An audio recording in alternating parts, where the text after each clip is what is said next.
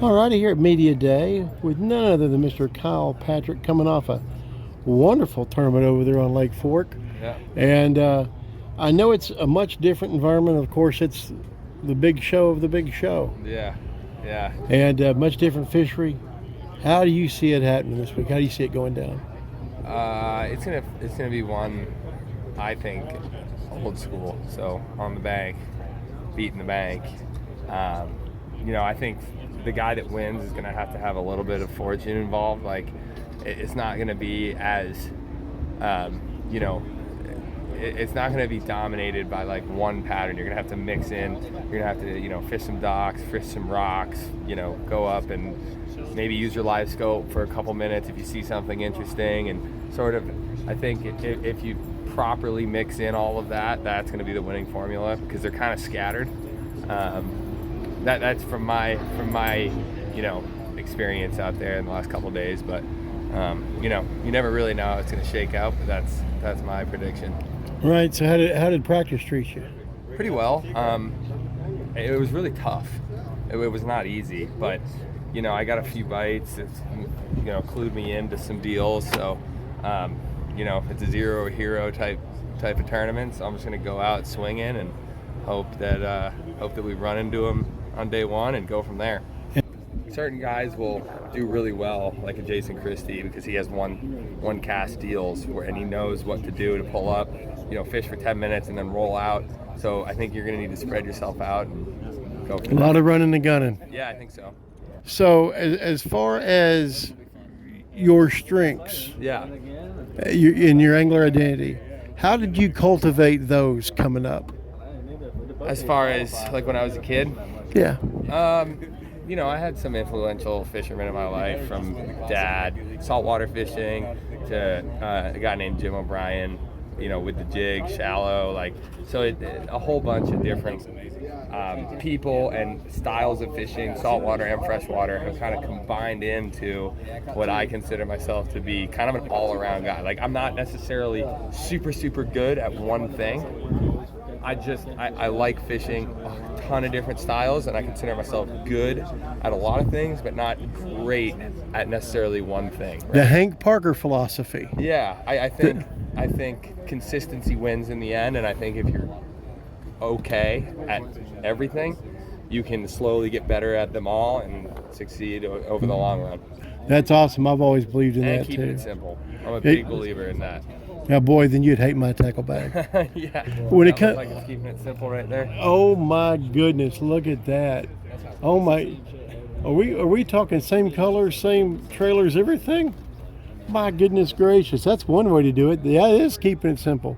So I was going to get you on the schedule. I thought, okay, I got to ask my buddy one question. Yeah. So, from Cooperstown, right? Yeah. Are you a baseball fan? No. You're not? Okay, well, you just killed I'd my rather watch hypothetical. paint dry. You just my hypothetical.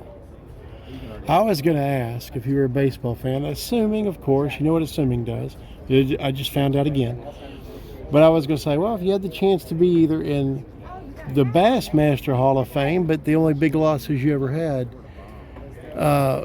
you lost to Randy Blaukat somehow, some way, or you had the chance to enter the MLB Hall of Fame with a 350 average, which would you take? But obviously that's a foregone conclusion. Yeah. I've never been a fan of baseball. I mean, it's America's past. There's all kinds of history behind it, and I respect the history. But, it's not that fun for me. So that one kid in Cooperstown that wasn't in the backyard swinging the wiffle ball bat. Exactly. Well, Exactly. You gotta love it. Yeah. Here with Jason Christie on Media Day for the 2024 Bassmaster Classic, and I have a couple of trick questions starting off a little bit. Probably you hadn't heard these before. Okay. So, growing up here in Oklahoma, you did a lot of fishing on 10 killer, I'm assuming, right? Yep. You do any of the Illinois River? Illinois River below the dam? Below or above? Fished both of them. Uh-oh. Yeah, I've been in both, and that's honestly, I drive, so my drive to Grand Lake, I follow Highway 10 along the upper Illinois, and every time I drive it, I want to come up with some kind of boat that I can float it. and fish. Does I get haven't- shallow in there. Yeah, I haven't done that yet, but it's going to happen. You know, it has a lot of fish in it. It's beautiful. Mm-hmm. I take my kids out there and float. We go swimming out there. Yeah, I haven't spent a lot of time, but I've spent a good bit of time on both the lower and upper Illinois. So Barren Fork Creek. Barren Fork, I've cooked hot dogs, caught crawdads on the Barren Fork. Those little river suckers all in there. All of that stuff. Yeah, I spent a lot of time. Those are my stomping grounds.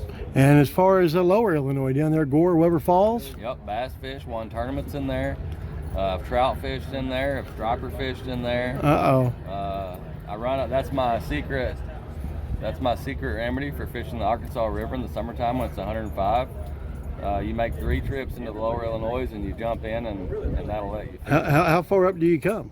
To the bridge. To the bridge? Railroad Gotcha. Bridge. Gotcha. Yeah. So you ever bank fished up there, up to the car bodies and whatnot, up there just I've north not of the bank Marble? fished, so you would not believe this, but I have taken a bass boat to the cable below the dam multiple times. Oh, goodness gracious. Yeah, it takes some, I don't know, So not so smart people to do that, but I've done it, and yeah, I haven't bank fished up there, but I've taken boats to that cable. So, how did practice work out for you? I got some ideas about what's going on. Not as concrete as 13 and 16, but we're also at a time. We're here at a time that things are changing. So I don't think there's anybody sitting here that has a concrete idea of what exactly they're going to do tomorrow. I think a dude tomorrow is going to get a bite early. He's going to have an open mind. He's going to follow that bite, and that bite may get him through tomorrow. But then you have to deal with Saturday, which may change again, and then Sunday. So, you know, I love the forecast where it looks like the weather is going to get more nasty as the event goes, and that's my goal, is to go into Sunday be within 2, 3, 4 pounds of the leader. And dude, I love fishing Grand Lake under nasty conditions. That's when the big ones bite. All right, everyone, here with none other than the KyleWelcher. So, Mr. Welcher, how did practice treat you? You know, practice was pretty solid for this one. I didn't try to catch a lot of fish. I kind of used it as a ride around and get a feel for the lake. I've never been here, and this lake takes a long time to fish. So I wanted to kind of ride around and just kind of get a preconceived notion of where I think the best areas are, because going in and out of the docks and fishing around here takes a lot of time. And I don't want to eat up all my practice, so used a lot of ride around time, and we're going to try to dial it in the tournament.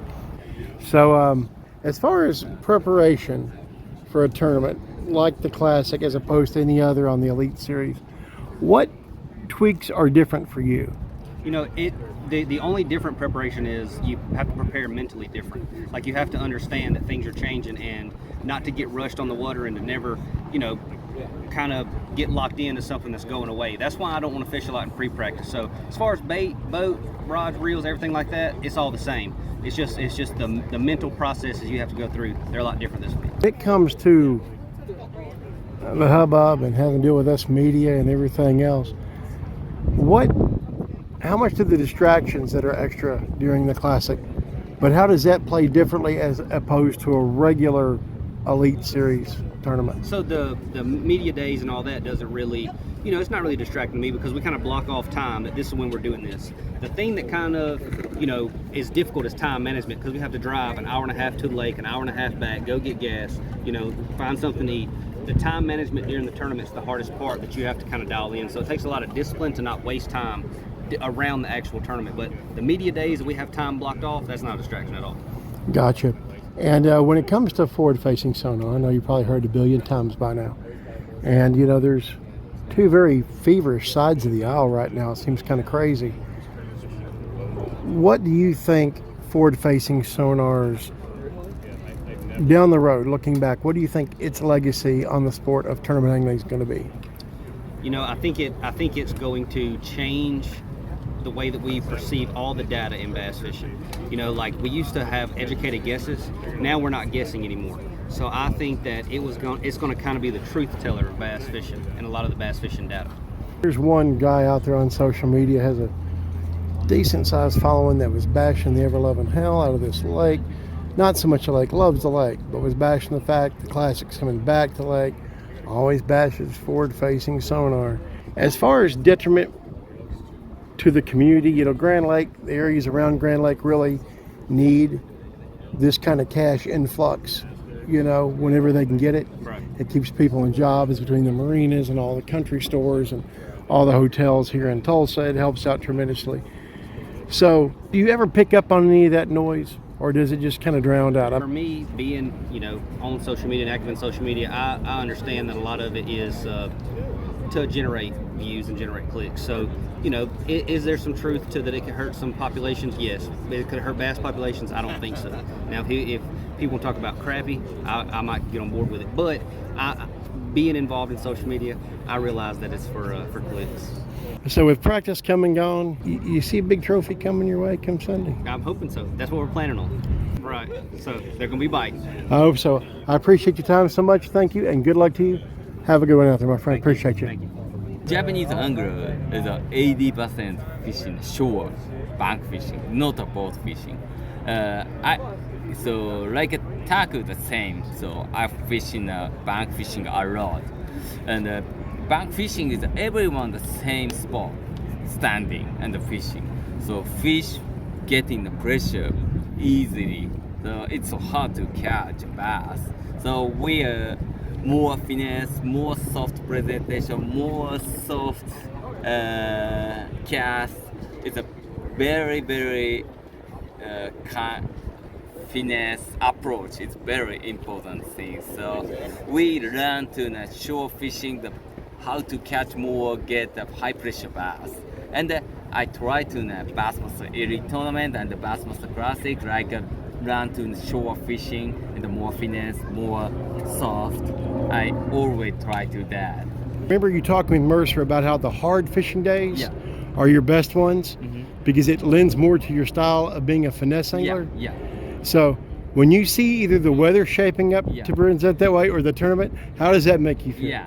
So I love like a sunny, no wind, no current days. It's a pretty tough day. I love it because so like a strong current and strong wind and rainy weather is a very fish feeding more.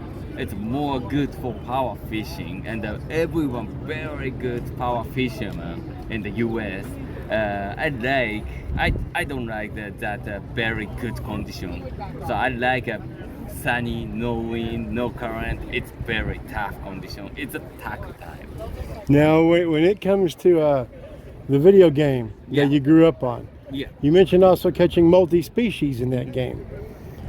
Did it ever make you want to find some crappie while here in your off time?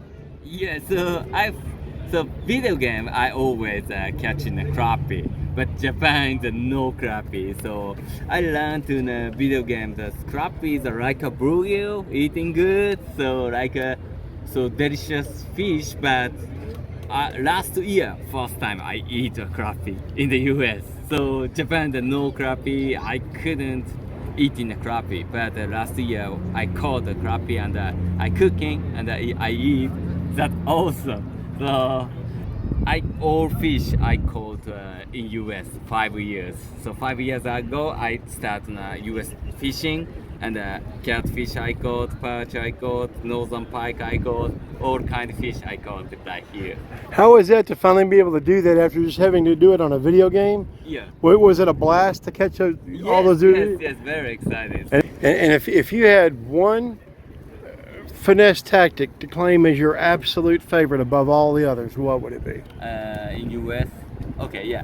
My favorite, most finesse technique is a neko rig. Yeah, neko rig is a very good. More shaky head is like a dragging, but neko rig drag with more wave, more action, and more grip in the water, and the appeal is good. So my favorite fishing technique is the neko rig. So a lot of the good JDM baits, of course, are produced and designed there on the lakes, on the shores of Lake Biwa. So the adage has always been, if it'll catch fish in Biwa, it'll catch fish here. Do you believe that's true? Yeah, I think yes. So I think a lake beaver in the U.S. very similar, and lake beaver is more getting the pressure, and the lake beaver's bait is very good U.S. lake, several lake. Yeah. And of course, I see the sponsor, Norris. Yeah. Love that Escape Twin. Yeah. Thank you. That's a beautiful bait. Yeah. And is the Escape Twin the same one that used to be the Norris bug? Or no, it's similar. Yeah. It's similar. it's not the exact same, right? Because the paddle tails on the back or the flappers are thicker. Yes. And more sturdy. Yeah. And also Seaguar Pro. Out of the different lines in the Seaguar lineup, which is your favorite? My favorite is the Seaguar Tatsu in the U.S. line. It's very good fishing line. So Seaguar is the most strong fishing line made in Japan. Seaguar line is very, very special line. So I always use the Seaguar Tatsu as a main line, and sometimes braid fluorocarbon leader. I use the ground ones. I appreciate your time so much. Thank you very much. You take good care. It was a pleasure meeting you, sir. I appreciate it. Thank you, sir. Thank Here with none other than the man, Mr. benmilliken. How did practice treat you? It sucked for 3 days, and then yesterday it was a little better. They've been better, I think. So hopefully it was a sign of things to come. Gotcha. And as far as last night at the nice little get-together ball, I got to ask, what the hell was that? What's that? You were wearing, was that a man bun you were sporting? Oh yeah. My hair is a mess and a disaster, so I got to put it somewhere. So you went Fabio. I guess, yeah. You went country to Fabio in like 3 seconds. Yeah, that's what I do. Oh my goodness, I'm gonna have to attach that to this dadgum video. So, you know, last time we talked about, of course, about everybody's crazy favorite Uncle Randy. And I got to tell you, there was some talk recently in one of his videos, and somebody had asked him about the whole, if he would actually take you on the challenge. And so here it is. Hypothetical for you. Just head-on tournament, one-on-one, no live scope. If you win, he's got to get the hell off YouTube. If he wins, you got to strip live scope. Would you take it? Yeah, I would whoop his ass. You know what? He wasn't worth the shit in his prime, hardly. You know this is getting turned into a short, right? Yeah.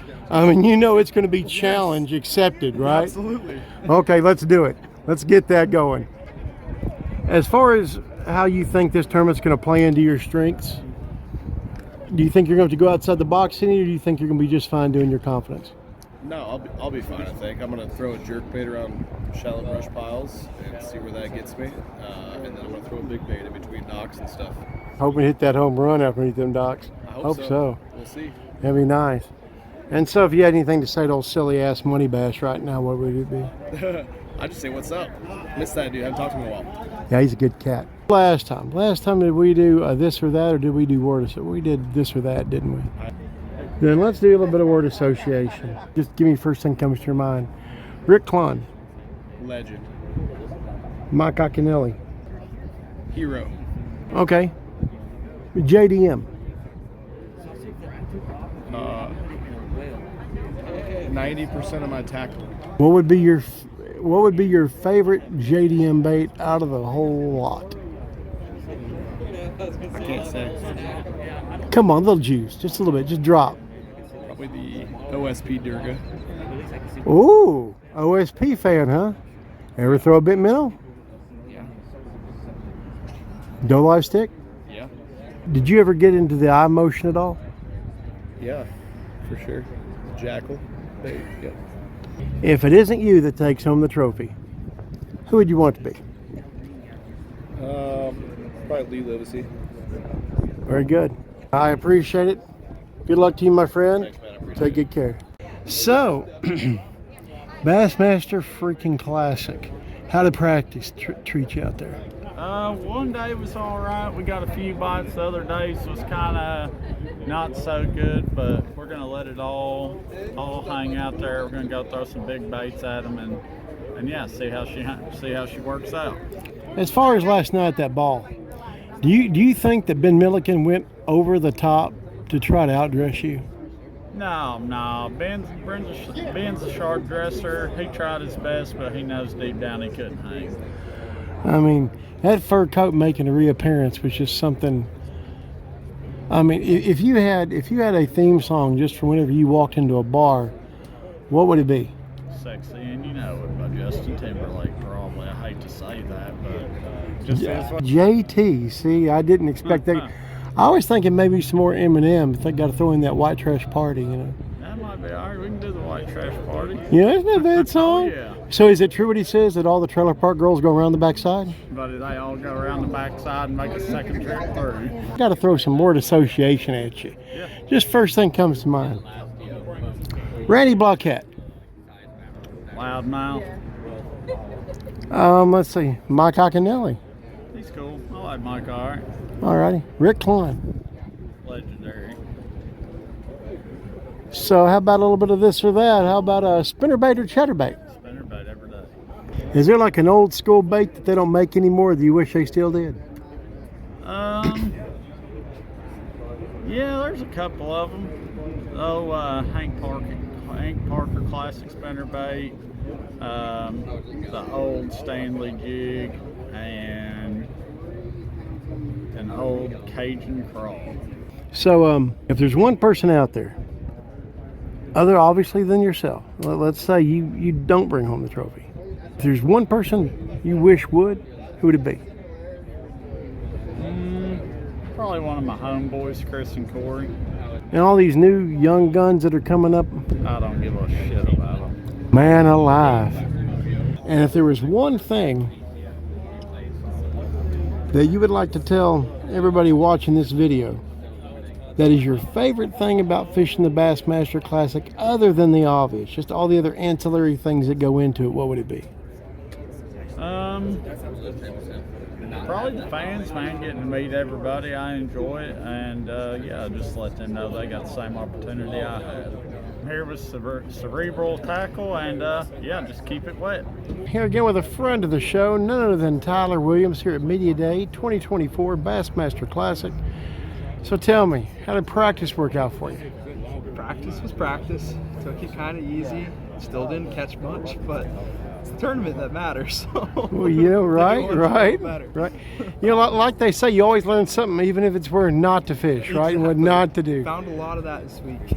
You know what? Hey, that is very freaking helpful a lot of times too. Helps you redial it. Right. So so still reeling, I'm assuming, from that awesome tournament there at Fort. Yeah. It was a good one. Are you still waking up with a smile on your face here today? Oh yeah, always. I could zero in this one and still wake up smiling. Oh man, wow, that's saying a lot there at Bassmaster Classic. Yeah. So, you know, last time, of course, you obviously bet on yourself, like you should. When I asked you, who was your pick to win the Bassmaster Classic? If it had to be anybody else, who would you take? Anyone else? Oh boy. Yeah, I don't put you on the spot like that. I gotta think. I don't want to say someone that everybody else is saying. I want to pick you a dark horse. No, don't do that either. Yeah. I'll probably go Kyle Patrick. One of my Yeah, buddies. he's a good dude, ain't If I he? can't pick myself, he fishes like I do. So. Well, there you go, right? So, so I know you love throwing a jig. Yes, sir. Are there any like unique ties that you've ran across, little homemade garage patterns that you've ever fallen in love with? Not really. I mean, Greenfish Tackle is kind of like he comes up with ideas like they would with one of those. So they kind of cover me for everything that I need with that. If I get an idea, I can go in the shop and be like, let me try this. Like the white jig last week was me being like, I gotta try that. Tyler's here, getting ready for the 24 Classic. I'm here with Cerebral Tackle.